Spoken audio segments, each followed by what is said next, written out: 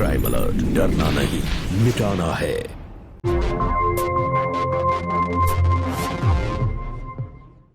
तंबाकू सेवन से कैंसर, दिल का दौरा, फेफड़ों के रोग जैसी कई जानलेवा बीमारियां होती हैं।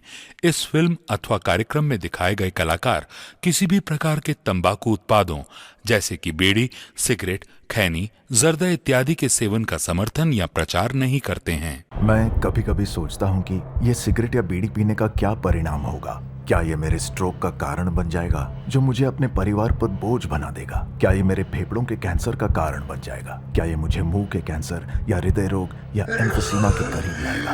अगली बार जब आप सिगरेट या बीड़ी पीने की सोचें तो खुद से पूछें, ये सिगरेट या बीड़ी पीने का क्या परिणाम होगा? तंबाकू आज ही छोड़ें। सहायता के लिए 1800-112356 पर कॉल करें या मिस्ड कॉल दें 01122901-701 पर।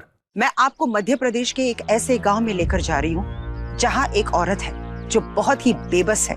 इस औरत की मदद करने के बजाय ये लोग अपने मन में उसके लिए गंदे मंसूबे पाल रहे थे।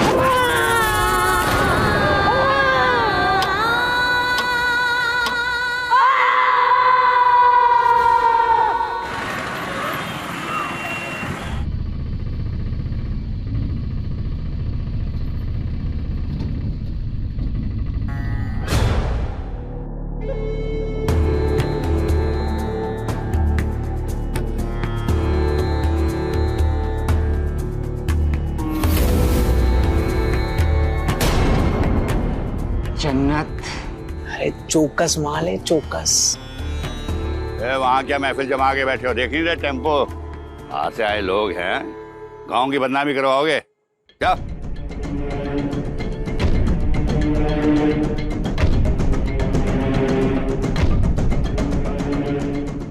काका अजी लाइए मुझे। नहीं नहीं काका राम राम। राम राम। हाँ? काका मैं मदन लाल जी का बेटा भूपेंद्र। भूपेंद्र तुम? अरे भाई मैंने तो सचमुच नहीं तुम्हें पहचाना, कितने बदल गए हो।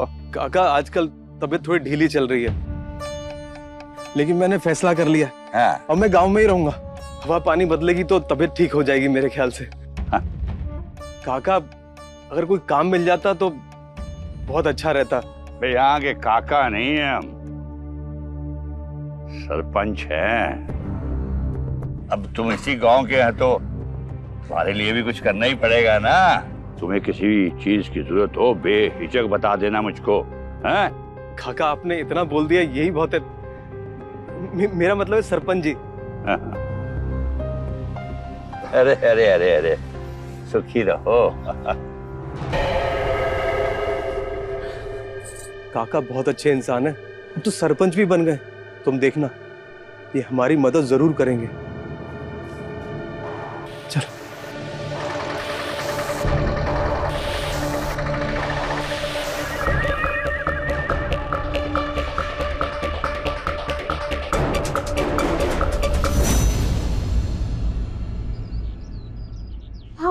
आजा आजा आजा, आओ बिटिया यहाँ आ जाओ, यहाँ बैठो। अरे चाचा जी रहने दीजिए, दिक्कत होगी आपको। बहुत सारा सामान है और भारी भी, हम ले आएंगे। अरे दिक्कत कैसी बेटा, ये तो मेरा रोज का काम है। हाँ बिटिया, इसमें दिक्कत की क्या बात है? ऐसे भी बुढ़ापे में कल पुर्जे चलते रहने चाहिए। ले आएंगे वो सामान, तुम आ जाओ, बैठ जाओ यहाँ। अरे कल पुर्जे तो मशीन के भी टूट जाए, लेकिन देखो हम ले आए, और आजकल के जवान लड़के लोग 2 बैग में खटिया पकड़ लेंगे। अरे बेटा, बीमार तो तुम भी लग रहे हो, हैं? और हफ्ता 10 दिन के लिए ये पूरी गृहस्थी उठा लाए। चाचा जी, अब क्या कहे आपसे, इनकी तबीयत जैसे ही खराब हुई, शहर में हमारा सब कुछ खत्म हो गया। तो हमने सोचा कि अब हम यहीं रहेंगे और यहीं इनका इलाज भी करवाएंगे। अच्छा, अरे इतनी दूर से चलकर आए हैं, भाग्यवान, कुछ चाय पानी तो पिलाओगी या ऐसे ही? हाँ। आओ बेटा, बैठो बैठो बेटी, बैठो।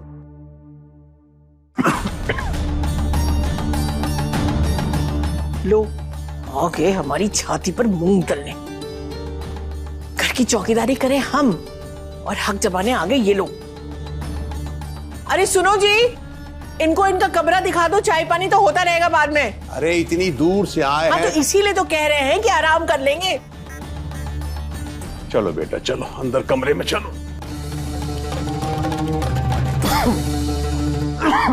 भूपिंदर जी,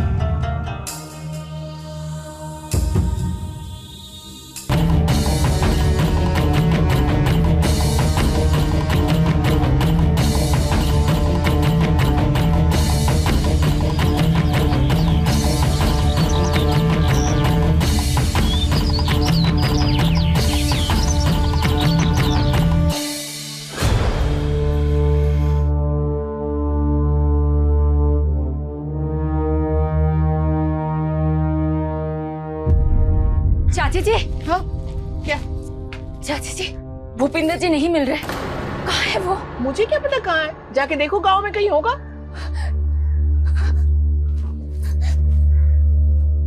भूपिंदर जी, भूपिंदर जी,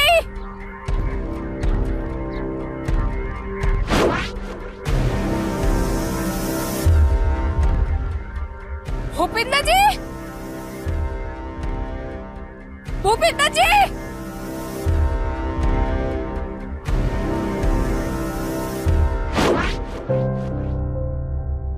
भूपिंदर जी, भूपिंदर जी, भूपिंदर जी, भूपिंदर जी।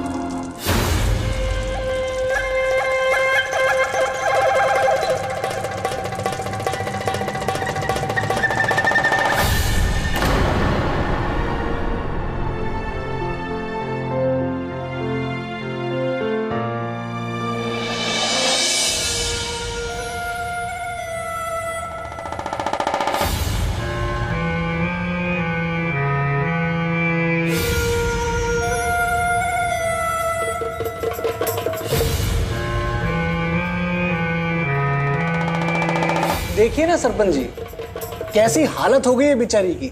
बेचारी बहुत अकेली पड़ गई है सरपंच जी, अब आप ही कुछ कीजिए। बहुत छोटी उम्र में मर गया बेचारा, लेकिन ऊपर वाले के सामने किसकी चली है? जिंदगी और मौत तो उसी के हाथ में है ना। तुम अकेली जरूर हो, लेकिन बेसहारा नहीं हो। गांव का बच्चा बच्चा इस बात का गवाह है कि भैया सरपंच जी के होते हुए कोई अकेला नहीं है। हम तुमसे वादा करते हैं सुनहरी, जो कुछ हम तुम्हारे लिए कर सकते हैं हम जरूर करेंगे। विधवा पेंशन के लिए सरकारी दफ्तरों में जाना पड़ा तो हम जाएंगे तुम्हारी खातिर, पक्का जाएंगे, तुम्हें पेंशन दिलवा कर ही रहेंगे।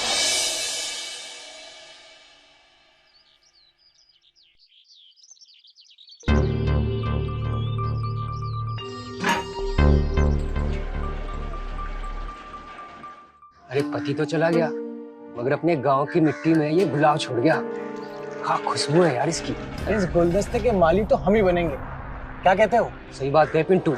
इससे पहले कि और भंवरे इस गुलदस्ते पर मंडराए, चलिए थोड़ा आनंद हम भी उठा लें। अरे नेकी और पूछ पूछ फौरन चलिए। चलिए।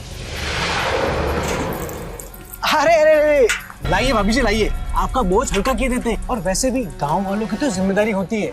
नहीं, अरे आपको कष्ट करने की कोई जरूरत नहीं है, मैं अपनी जिम्मेदारी उठा लूंगी। अरे क्या बात कर रही भाभी जी, इसमें तो ये तुम्हारा हक भी है और फर्ज भी।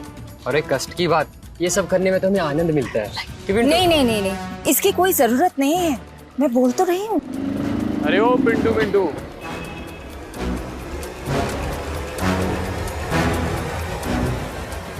दादा होशियार हो रहे हो क्या? लगता है पिछली बार का पिटाई भूल गए हो।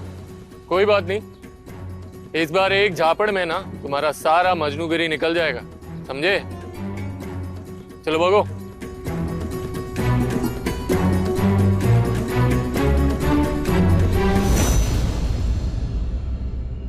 जी नमस्ते, माई सेल्फ पंकज यादव, रोजगार सेवक, रोजगार योजना का कर्मचारी, इसी गांव से और यहीं रहते भी हैं। वैसे इन लफंगों की बातों का बुरा मत मानिएगा, और आइंदा अगर ये परेशान करे तो बेझिझक हमें बताइए। एक मिनट, तुम वो भूपेंद्र की औरत हो ना? हाँ। बड़ा दुख हुआ भूपेंद्र का सुन के। अभी थोड़े दिन पहले ही सरपंच जी उसके काम के लिए कहे थे हमको। खैर, अभी तो तुम्हारे वो विधवा पेंशन वाले काम के लिए कहे हमसे। अच्छा, वो पेंशन वाला काम हो गया? अरे नहीं, अभी नहीं, सरकारी काम है, अभी बात शुरू हुई है, काम होने में थोड़ा समय लगेगा। मगर घबराओ मत, सरपंच जी खुद कहे तुम्हारा काम करवाने। जल्दी सचिव जी से मिलके कार्रवाई चला दी जाएगी, चिंता मत करो। जी ठीक है। तुम्हें कहीं छोड़ दे? धन्यवाद, मैं चली जाऊंगी। भंवरे ने खिलाया फूल और फूल को ले गया रोजगार सेवक।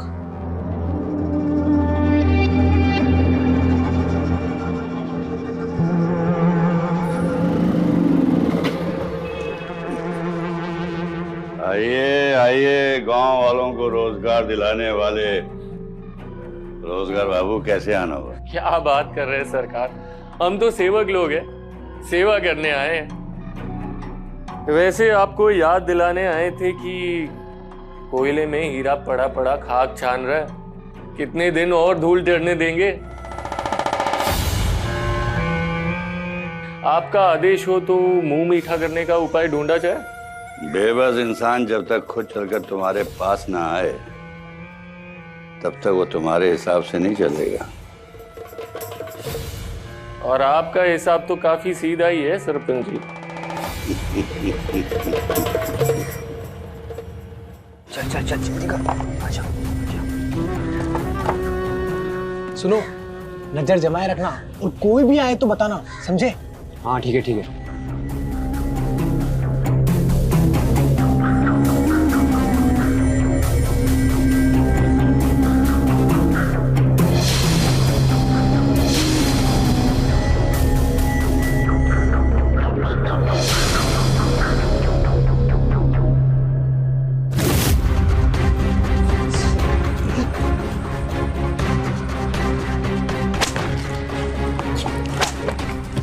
बेशरम कहीं का।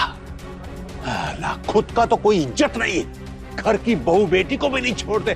बेहया बेशरम, साली तो मार मार के भुट्टा निकाल देंगे।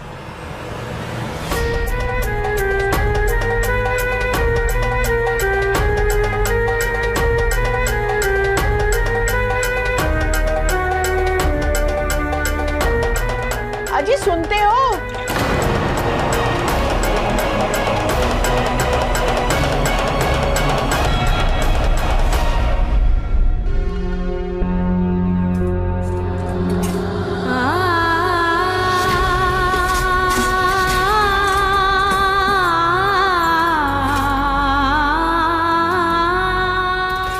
ये भी खाली है। चाची जी, दरवाजा खोलिए। घर में कुछ नहीं है खाने के लिए। कल से कुछ नहीं खाया हमने। थोड़ा चावल दे दीजिए। यहाँ से जाने की सोचना भी मत। अरे भाग्यवान, बेचारी बच्ची भूखी है, एक मुट्ठी चावल दे दो, तुम्हें दुआएं देगी। हाय हाय, बड़ा तरस आ रहा है ना उसके ऊपर तुम्हें। मुंह मत खुलवाओ मेरा। देख चुके हैं हम तुम्हारी सारी करतूतें अपनी आंखों से।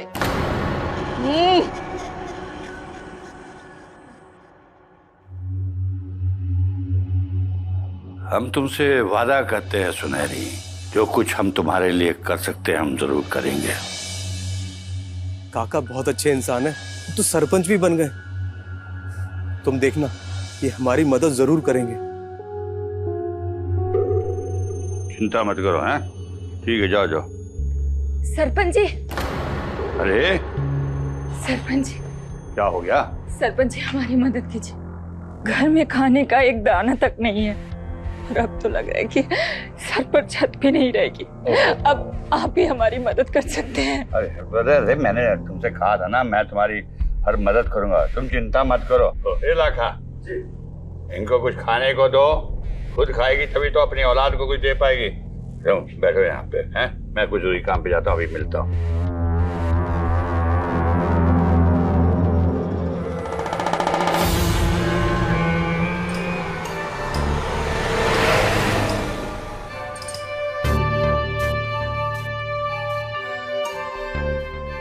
तुम्हारी पेंशन के लिए राशन कार्ड और बाकी कागजात भी बनाने पड़ेंगे। अब सरपंच जी का हुक्म है तो काम तो करना ही पड़ेगा, लेकिन एक पेच अभी भी फंसा हुआ है। क्या? पहले भी कहे थे तुमसे, ये सब सरकारी काम है। अब माना कि सरपंच जी का हाथ है तुम्हारे सर पर, लेकिन वो तो हम जानते हैं ना, सरकारी लोग थोड़ी ना जानते हैं। और सरकारी लोग इतनी आसानी से तो काम नहीं करते। तो फिर काम कैसे होगा? बच्ची तो हो नहीं तुम, जानती तो होगी सरकारी काम कैसे होता है। समय और पैसा दोनों लगता है, नीचे से लेके ऊपर तक सबके हाथ गर्म करने पड़ते, तब जाके कागज या फाइल आगे बढ़ती है। बिना लेन देन यहाँ कोई काम नहीं होता। तुम्हारे पास कुछ है? क्या दोगी रिश्वत के नाम पे? जी मेरे पास तो कुछ भी नहीं है। हाँ, अरे आप बैठिए बैठिए बैठिए। सरपंच जी आएंगे, जरूर कोई ना कोई उपाय निकालेंगे, तुम चिंता मत करो। मैं वो कागजात वगैरह के बारे में पता करता हूँ, शाम तक लौट आऊंगा, ठीक है?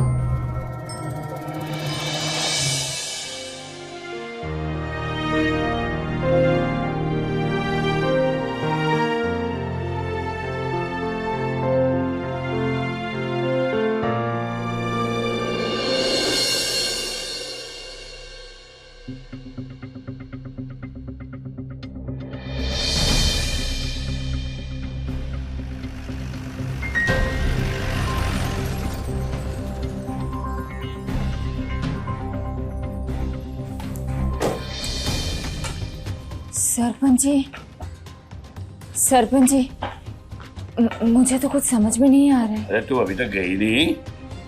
अरे काम काज नहीं करेगी तो पैसे कहाँ से कमाएगी तू? मेरे पास पैसे नहीं है, इसलिए तो ये योजना का सोचा। अब पैसे लाने के लिए पैसे कहाँ से लाऊं?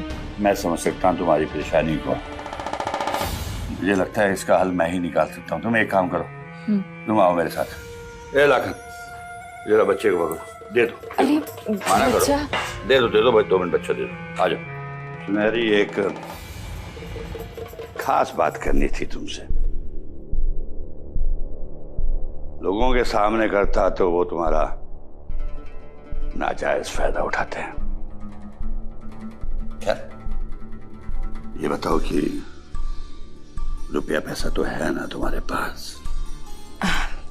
नहीं सरपंच जी, जो कुछ भी था वो उनकी दवाई और क्रियाक्रम में खत्म हो गया।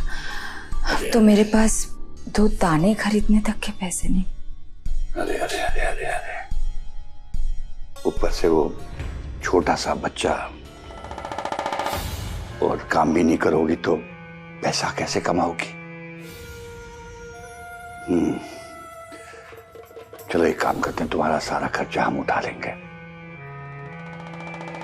सरपंच जी, सरपंच जी बहुत। नहीं, ऐसी कोई बात नहीं है, लेकिन वो दुनिया की रीत है ना, लेन देन से ही दुनिया चलती है। अब हम ही सारा खर्चा करते रहेंगे तो एक ना एक दिन तो हम कंगाल हो जाएंगे, है कि नहीं? तुम्हारे ऊपर इतना खर्चा करने के बदले में हमें भी तो कुछ मिलना चाहिए ना, समझ रही हो ना? सरपंच जी, ये क्या कर रहे हैं आप? हाँ? अरे लज्जा आ गई, शर्मा गई? उसकी कोई जरूरत नहीं है। अरे हम तुम्हारे लिए इतना सारा काम कर रहे हैं, बदले में तुम्हें ये छोटा सा काम करना है? उसमें भी नखरे करोगी तो फिर कैसे चलेगा? आओ अंदर चलते हैं। मुझे हाथ मत लगाना।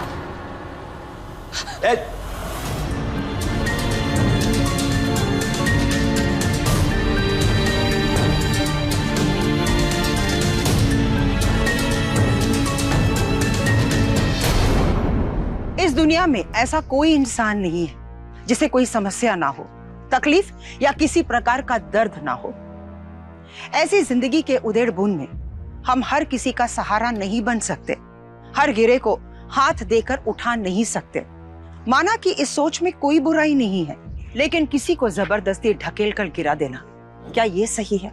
वो भी ऐसे गर्त में जहां से एक इंसान को निकालना तो दूर, उसे उठाना भी बहुत मुश्किल हो जाता है। नमस्कार, मैं हूं सुधा चंद्रन और आज मैं आपको मध्य प्रदेश के एक ऐसे गांव में लेकर जा रही हूं जहां एक औरत है जो बहुत ही बेबस है। इस औरत की मदद करने के बजाय ये लोग अपने मन में उसके लिए गंदे मंसूबे पाल रहे थे। हर कोई गिद्ध की तरह सुनहरी को नोचने की तैयारी में बैठे थे। सुनहरी के मन में बहुत सारे सवाल कौंध रहे थे। मुसीबत का पहाड़ उसके सामने था, वो उसे कैसे निपट पाएगी? क्या करेगी सुनहरी?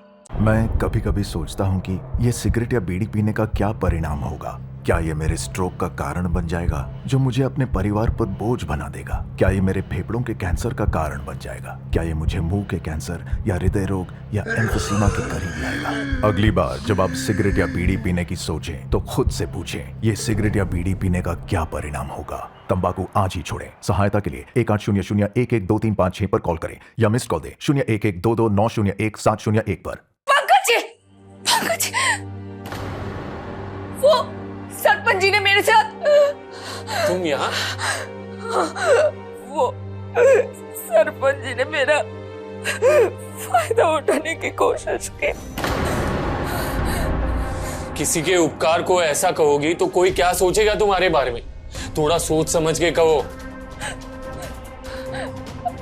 मैं सच कह रही हूँ पंकज जी, उन्होंने धोखे से मुझे कमरे में बुलाकर मेरी इज्जत पे हाथ डालने की कोशिश की। नेरी, तुम्हें गलतफहमी हो रही है। सरपंच जी को मैं क्या, पूरा गांव अच्छे से जानता है, वो ऐसा कर ही नहीं सकते। और सुनो, मुझसे ये बात कही है, किसी और से मत कहना, वरना लोग उल्टे तुम पे उंगली उठाएंगे। आपको मेरी बात पर भरोसा नहीं है? ठीक है, ठीक है, मैं अभी थाने जाऊंगी और वहां जाके शिकायत करूंगी, तब खुद सच्चाई सामने आ जाएगी। अरे सुनेरी, सुनो तो।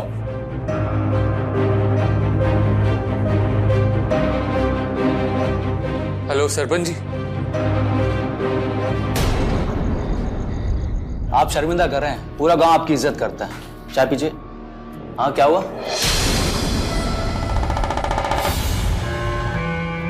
क्या हुआ?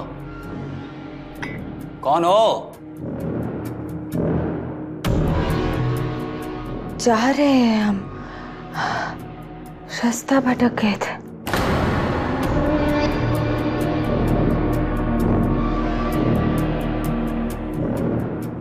अजीब लोग हैं, रास्ता भटक के सीधा यहीं आते हैं। आप चाय पीजिए।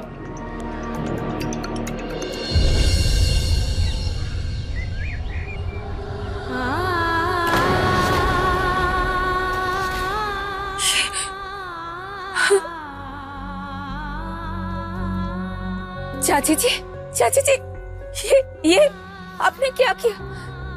मेरा सारा सामान आपने बाहर रख दिया। बहुरानी, इतना स्वांग भी अच्छा नहीं है। अरे रात रंगीन और दिन सादे। क्या कर रही तुम? क्या कर रही हो वैसा? आप चुप करिए, अपना बोरिया बिस्तर बांधो और यहाँ से दफा हो जाओ। कहाँ जाएगी बेचारी? अब कहीं भी जाए, मुझे क्या मतलब है? ये शरीफों का गांव है, यहाँ ये रात की रंगलियां नहीं चलती हैं। चाची जी, आप ऐसा क्यों कह रही है? मैंने तो ऐसा कुछ भी नहीं किया। हाय हाय हाय हाय, बड़ी शरीफ बन रही है। हाँ, अगर चोर ही चोर की गवाही देगा तो सजा किसे मिलेगी? तुम्हें क्या लगता है कि मैं आज पैदा हुई हूँ? मैं तुम्हारा ये खेल नहीं जानती। भगवान के लिए अब इस बुढ़ापे में हमारा मुंह मत काला करवाओ और दफा हो जाए यहाँ से। चाची जी मेरी बात सुनिए, मेरे साथ ऐसा मत करिए। मेरे पास बस ये घर ही तो है, मेरा और मेरे मुन्ने का। आप लोगों के सिवा तो और कोई नहीं है। हम लोग कहाँ जाएंगे? मुझे नहीं मालूम तुम कहाँ जाओगी, पर दफा हो जाए यहाँ से।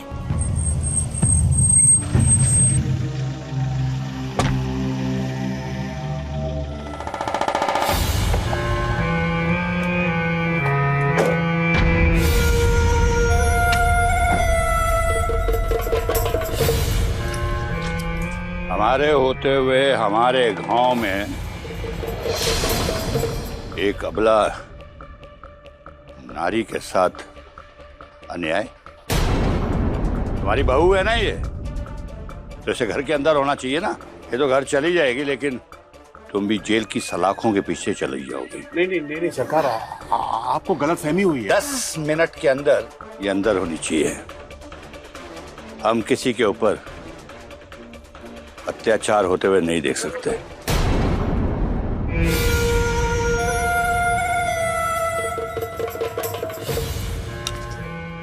देखो सुनहरी, अगर मैं इंसान की जिंदगी बना सकता हूं तो मिटा भी सकता हूं। फिर अब तुम अकेली नहीं हो, तुम्हारा बच्चा तुम्हारे साथ है, कैसे जिंदगी गुजारोगी? देखो गरज तुम्हारी है,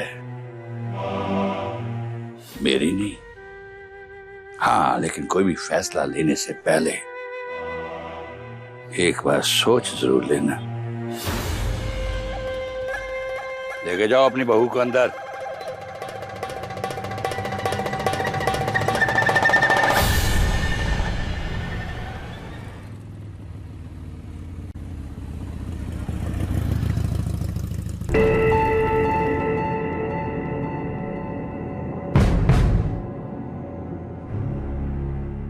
तुम ऐसे घर से चली आई?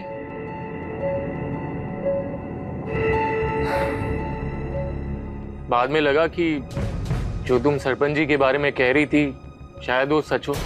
मानने को तो दिल नहीं करता, लेकिन सच किसे बता। खैर, सरपंच जी से नहीं बनी, कोई बात नहीं। मैं खुद तुम्हें सचिव जी के पास ले चलता हूँ, वो तुम्हारा काम जरूर कर देंगे। और सरपंच जी,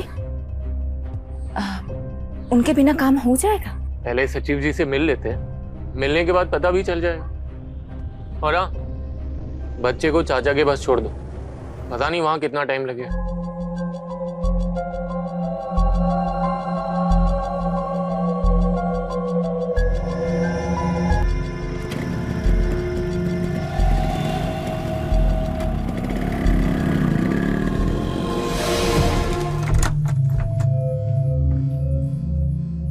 मुझे कहाँ लेके आए?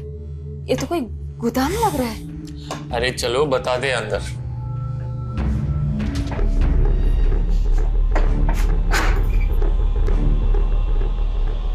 बड़ी अकड़ है ना तुम्हारे अंदर, आज वो सारी अकड़ उतार देंगे। कोई है?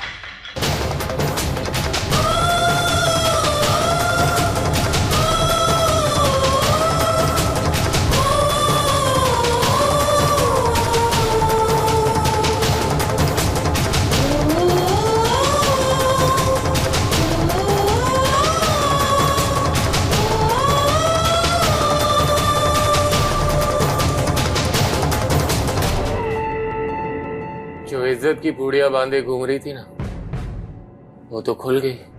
अब मान लो इतनी सी बात है, इतनी सी सेवा करनी है, तुम्हारे और तुम्हारे बच्चे का जीवन सुधर जाएगा। चली जाओ सरपंच जी के पास। आखिर क्या करोगी तुम, कोई देखने वाला भी नहीं है। चली जाओ।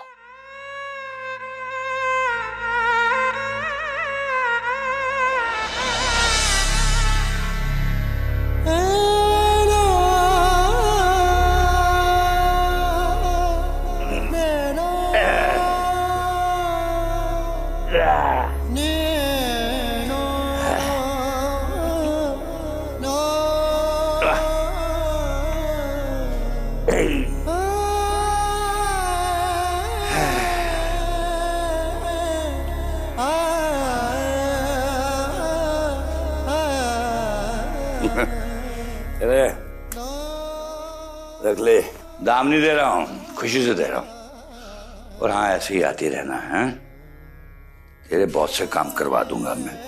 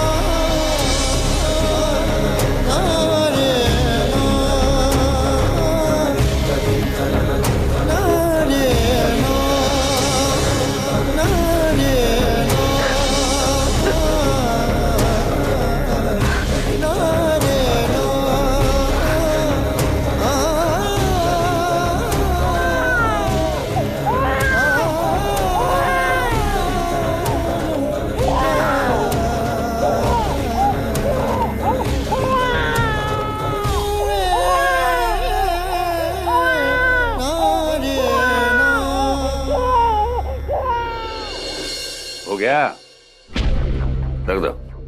मगर ये कागजात अभी सिर्फ कागज ही हैं, इसका कोई मालिक नहीं है,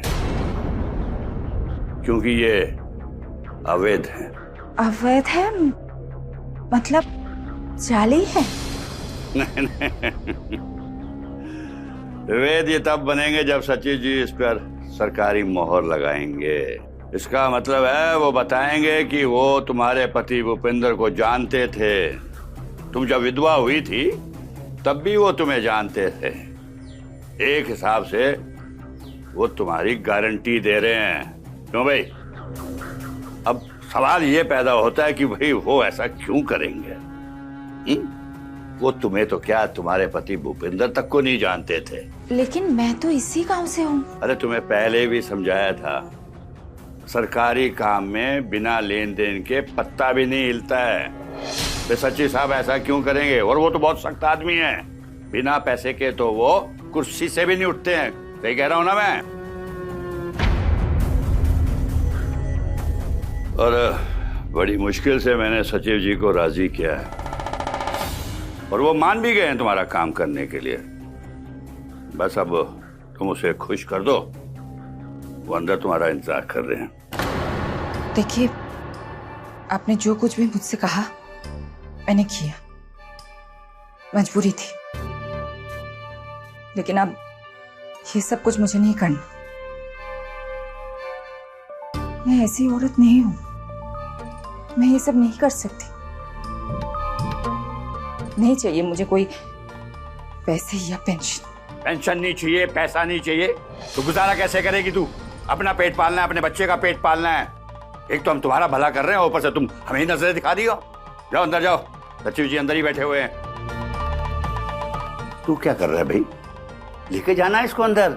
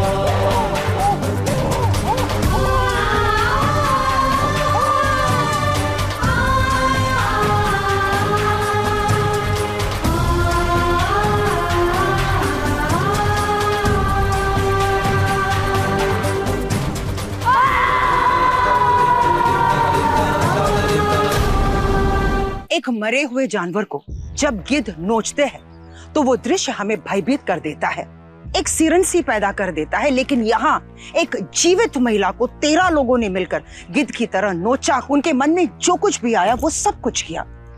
ये बहुत ही डरावनी बात है, लेकिन इससे भी डरावनी बात यह है कि ऐसे गंदे और गिरे हुए सोच के इंसान आज भी हमारे समाज का हिस्सा है। इन 13 लोगों ने मिलकर ना सिर्फ सुनहरे के तन को बल्कि उसके मन को भी आघात पहुंचाया। शायद इसके बाद इंसानियत पर भरोसा करना सुनहरे के लिए बहुत मुश्किल हो गया था। हर बार वो यही सोचती रही कि इससे वो कब और कैसे छुटकारा पाएगी। वो एक ऐसे गर्त में फंस चुकी थी जहां उसे ऐसा लगता था कि एक कदम रखने के बाद जब वो दूसरा कदम रखेगी तो उसकी जिंदगी सुधर जाएगी, लेकिन ऐसा कुछ भी नहीं हुआ। वो एक ऐसे दलदल में फंस चुकी थी जहां उसके हर बढ़ते कदम एक अंधेरे की ओर ढकेल रहा था और वापस आने का कोई रास्ता उसे नजर नहीं आ रहा था। और यह सिलसिला सिर्फ सरपंच, रोजगार सेवक और सचिव तक नहीं थमा। 3 सालों तक उसे इस पीड़ा से गुजरना पड़ा जिसमें 13 लोगों ने सिर्फ उसका शारीरिक शोषण किया। लेकिन दुख की बात यह है कि इन 3 सालों में ना ही उसका राशन कार्ड बना और ना ही उसकी विधवा पेंशन शुरू हुई, बल्कि सिर्फ उसका शोषण हुआ।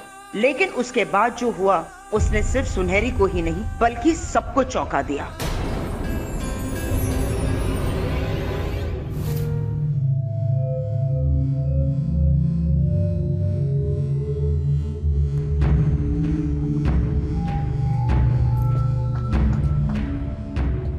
सब सही है ना? नॉर्मल है ना रिपोर्ट? क्या हो गया, कुछ बोलते क्यों नहीं? क्या बात है? ये लीजिए आपकी रिपोर्ट। इसमें आपका HIV पॉजिटिव आया है। पॉजिटिव? पॉजिटिव मतलब ठीक ही होता होगा।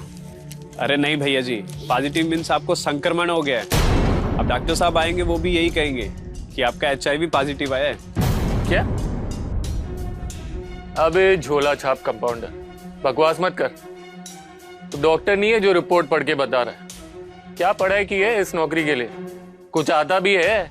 देखिए भैया जी, ये बात सच है कि नौकरी हमें हमारे चाचा जी लगवाए। चाचा जी विधायक है हमारे, पर आता हमें सब है। आपको शौक लगा है ना, इसीलिए आप बहाना बना रहे हैं। शौक हमको नहीं, तुमको जरूर लगवाएंगे। इस बकवास रिपोर्ट पे हमको बिल्कुल विश्वास नहीं है। शहर जाके टेस्ट कराएंगे।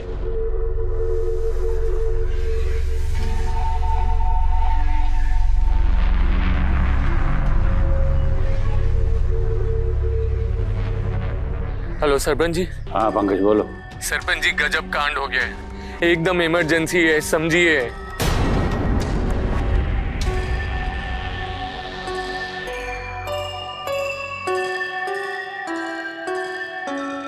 डॉक्टर रिपोर्ट कल तक आएगी।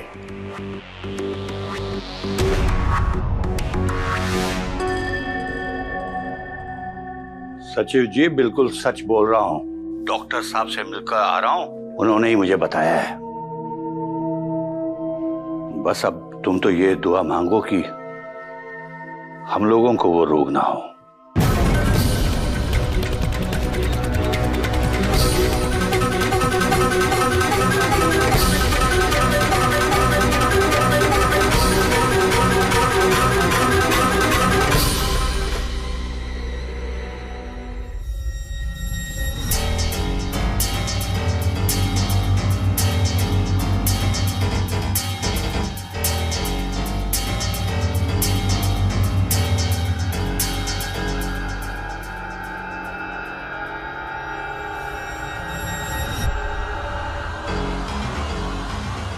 आपका शक सही था, वो लड़की HIV पॉजिटिव है।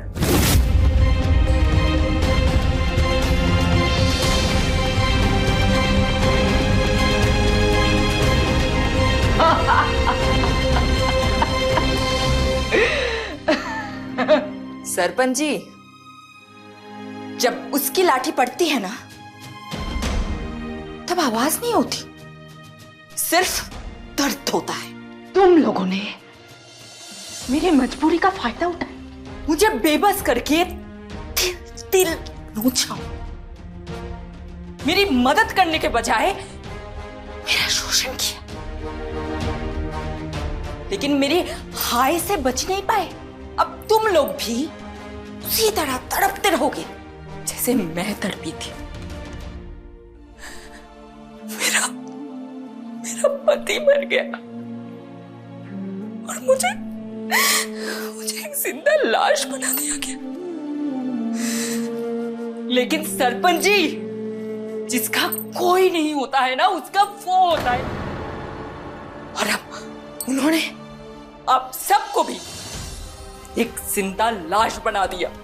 अब सब लोगों की सच्चाई सामने आकर रहेगी।